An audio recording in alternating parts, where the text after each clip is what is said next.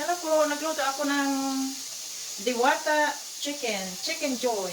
Ito po oh, diba, bongga chicken, kese. Oh, hindi.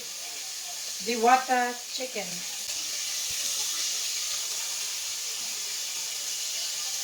Dalhin ko po to sa work bukas.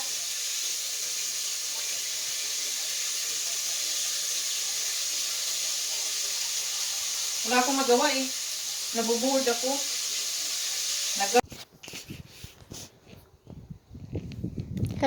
Hello po, mainit po ngayon. Ma-video ako, bibisitahin ko yung vegetable ko. Garden ko. Ayan po, oh, malaki na sila. Nagamas ako kanina.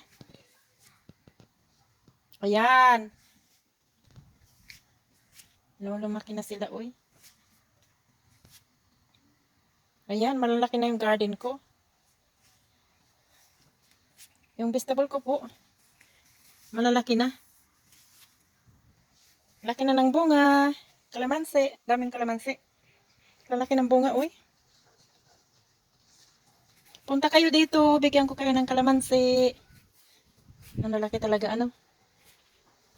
Kung sa Pilipinas, ito ay aranghita. Uy, aray ko. Tingnan natin. Ayan, oh, ang laki.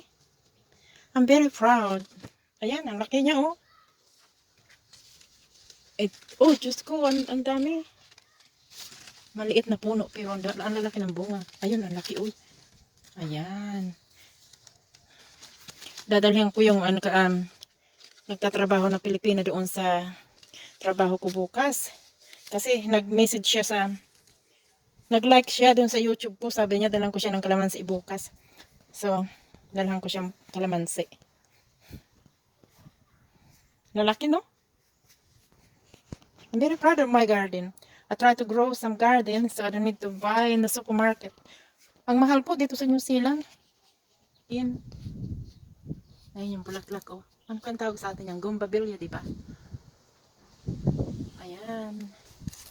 Ayan siya, oh. Mataas yung kalamansi, kaya nakataas yung camera ko. Ayan. Tapos, ito pa yung halaman ko. Ginupatan ko kanina. Ginupitan ko siya kanina. Dinidyo ko.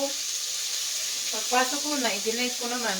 So, sabi ko magluto ako ng chicken.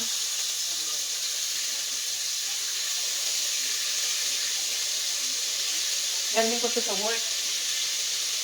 Nagtrabaho po ako sa bongga chicken kese.